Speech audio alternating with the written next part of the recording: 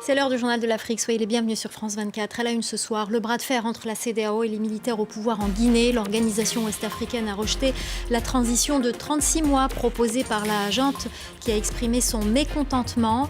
Nous serons à Conakry dans ce journal. L'Afrique du Sud menacée par les criquets. Il s'agit de l'invasion la plus destructrice en 25 ans. Les agriculteurs de 3 provinces se battent contre le fléau alors qu'ils sortent tout juste d'une sécheresse de 7 ans. Reportage dans un instant. La Biennale d'art africain contemporain de Dakar, l'événement a ouvert ses portes ce jeudi. La 14e édition accueille jusqu'au 21 juin le meilleur de la création contemporaine du continent. Notre correspondante à Dakar, Sarah Sako, a fait pour nous l'exposition principale juste avant le coup d'envoi officiel. Reportage à suivre. Et puis ce soir, nous recevons sur notre plateau la star de l'afro-funk, l'artiste franco-congolais Bantwani, auteur, compositeur, interprète. Il vient nous présenter son dernier album, Cosmogonie, qui sort demain d'ailleurs. Entretien à la fin de ce journal. Les autorités guinéennes n'ont pas manqué d'exprimer leur mécontentement. La CEDEAO a rejeté la transition de 36 mois proposée par les militaires au pouvoir, une durée de transition également rejetée par une grande partie de l'opposition. La correspondance à Conakry de Malik Diakité. Au cœur de cette conférence de presse, la menace de manifestations de rue des principaux partis politiques et de la société civile, mais aussi et surtout les réactions à la durée de la transition portée à 36 mois par le Conseil national de la transition. Jean-Claude Cassibrou, président de la commission de la CEDEAO, affirme rejeter les 36 mois comme durée de la transition. Une réaction que les militaires au pouvoir ne digèrent pas. Nous sommes dans une transition qui mérite beaucoup d'attention.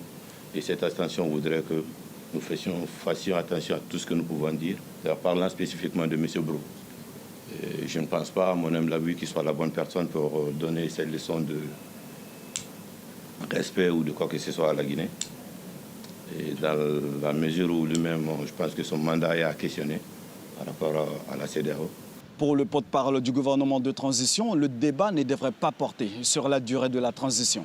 Nous avons une durée de mandat. Au lieu de piloguer sur la validité ou non, commençons à dérouler les étapes devant permettre de sortir de cette transition.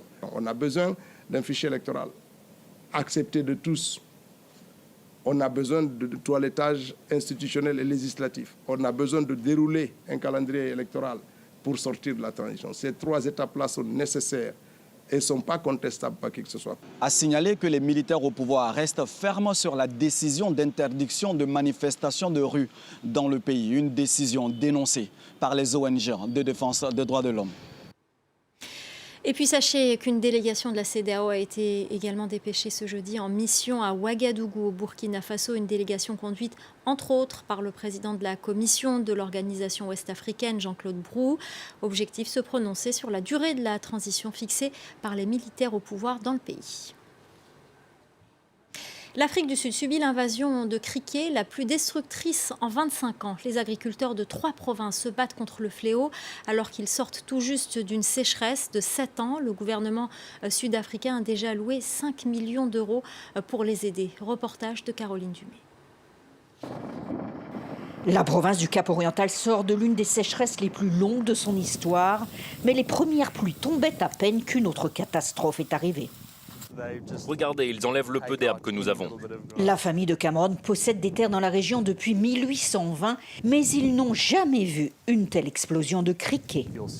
Vous voyez que là où ils sont passés, on a une terre complètement sèche. Ils font tout disparaître, tout ce qui est nutritif. Ils laissent juste les petites branches sèches.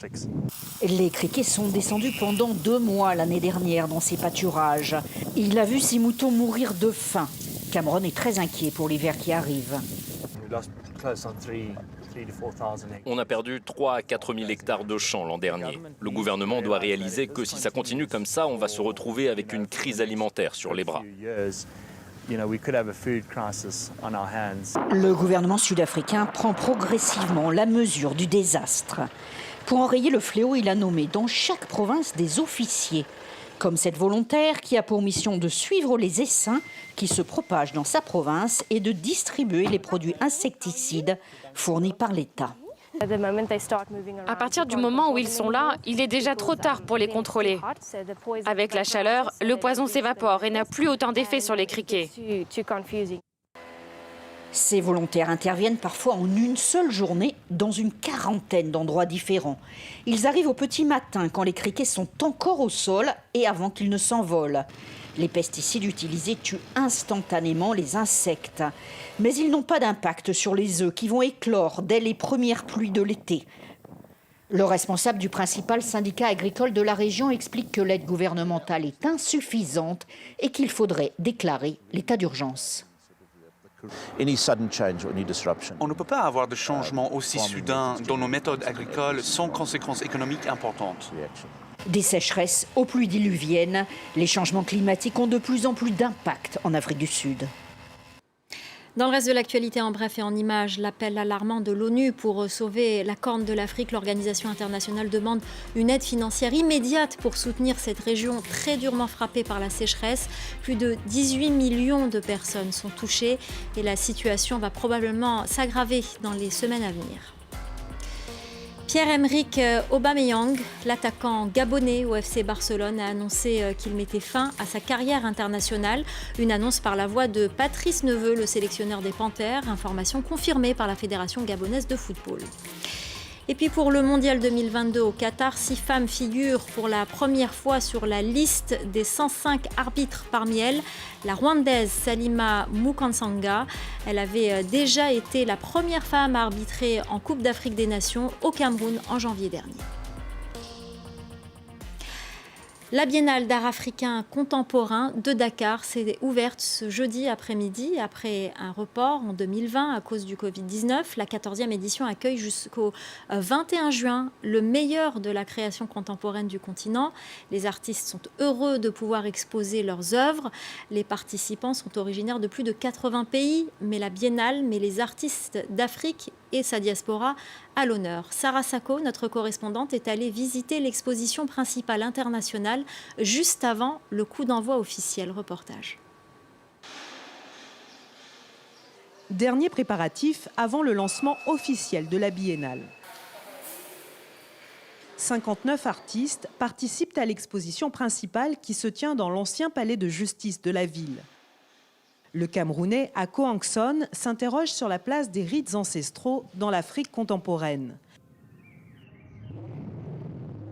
Fally Senso, plasticien du Sénégal, a imaginé un monde futur des plus inquiétants.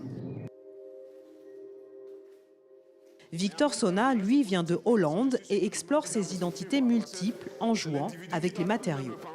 Comme chaque histoire a deux côtés, il faudrait que je montre aussi le tableau, comment il a été fait, et puis le côté qui est aussi caché, ou bien le côté qui est invisible, qui n'est pas intéressant. Comme nombre d'artistes invités, le plasticien né au Cameroun expose principalement en Europe. Il vit cette expérience comme un retour aux sources très apprécié. Mes inspirations, je les fais en Afrique. Pourquoi? Parce que c'est là où je retire toutes ces inspirations et qu'on sort. Et puis c'est génial de revenir à Dakar pour les remonter, ce que j'ai fait, ce que j'ai pris en Afrique, et pour les ramener là-bas, quoi.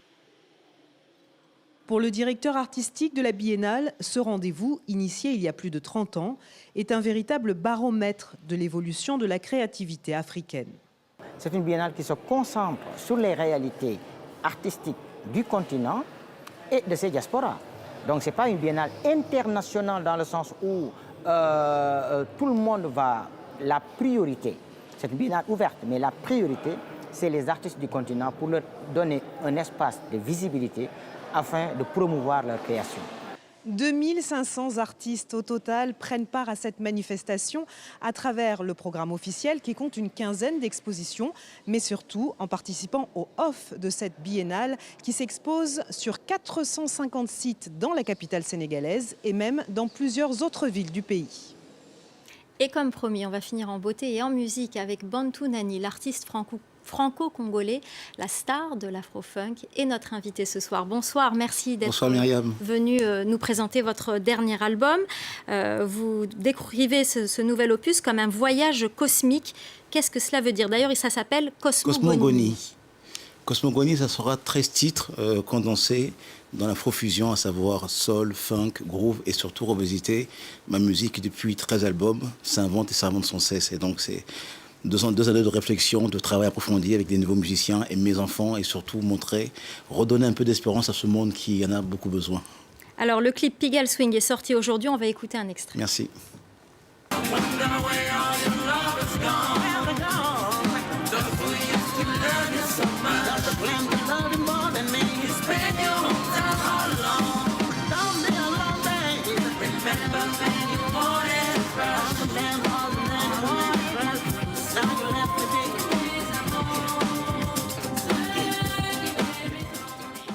Alors pourquoi cet hommage au célèbre quartier de Paris? C'est avant tout un hommage à Frêle, cette chanteuse oubliée mais inoubliable. Parce que le monde a besoin de légèreté, c'est pour rappeler que Paris est une fête, que la vie peut et doit rester une fête. Et surtout, je trouve que cette chanteuse a disparu de notre conscience collective. Et donc j'avais besoin de m'inspirer de cet univers un peu cabaret, jazz, pour une chanson où je manquais de refrain. Je me suis dit, tiens, qu'est-ce qu'il y a dans la Java bleue? C'était trop lointain, alors j'ai choisi Où sont mes amants. Et vous aimez mélanger tous ces genres musicaux, vous le faites depuis très longtemps. Mais pour moi, la musique, c'est comme une rencontre, c'est comme cuisiner, il faut associer les ingrédients, mélanger, rechercher sans cesse. Et pour faire un bon voyage cosmique, il faut voyager avec les autres.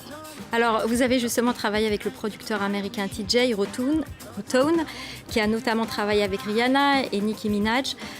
Qu'est-ce qu'il a apporté à votre album? Est-ce la petite touche hip-hop? Durant ce confinement, le problème, c'est que les artistes se sont retrouvés beaucoup isolés seuls. Et donc, ça fait 2 ans que je travaille avec James Water, ou Steffi Carmen ou Sam Wade, qui apporte aussi une touche importante. C'est à la fois un autre regard sur l'artiste. Donc, c'est à la fois relativiser le travail qui est souvent très lourd de l'artiste et surtout apporter aussi ce son électronique et parfois juste la petite touche aussi du succès du hit. Alors votre titre francophile évoque le rendez-vous manqué de la France avec la francophonie. Ah, francophonie.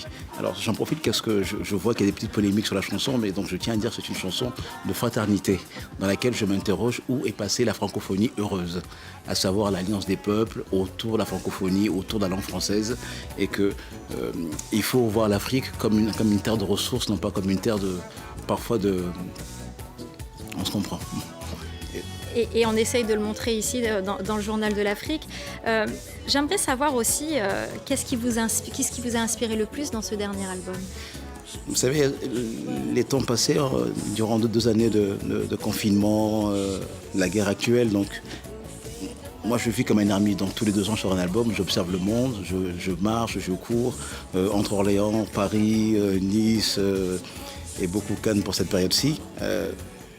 L'observation, et surtout la littérature, donc c'est paradoxal, la littérature m'apporte parfois beaucoup de réflexion.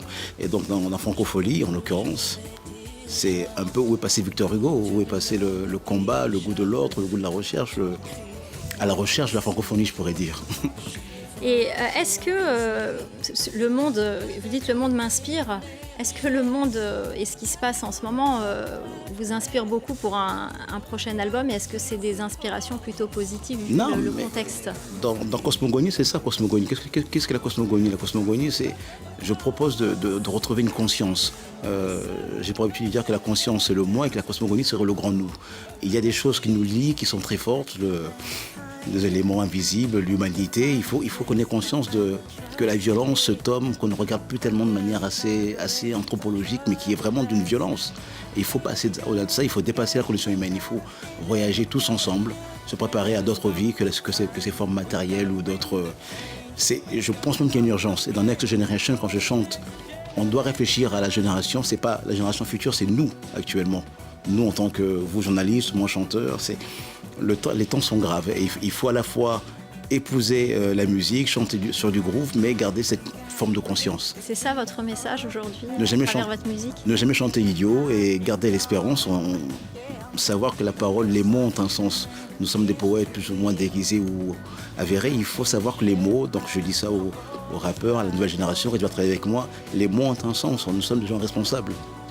Et quelle est l'urgence? Vous parlez des urgences. Si vous deviez en citer une seule sur le continent africain?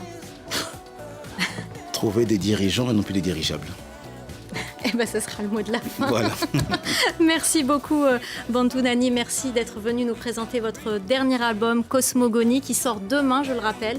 Merci infiniment de nous avoir accordé de votre temps pour venir sur ce plateau. C'est la fin du Journal de l'Afrique. Restez avec nous, l'info continue sur France 24. I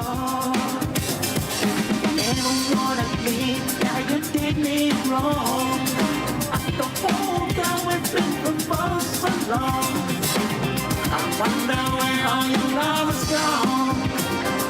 The fool used to ride you so much.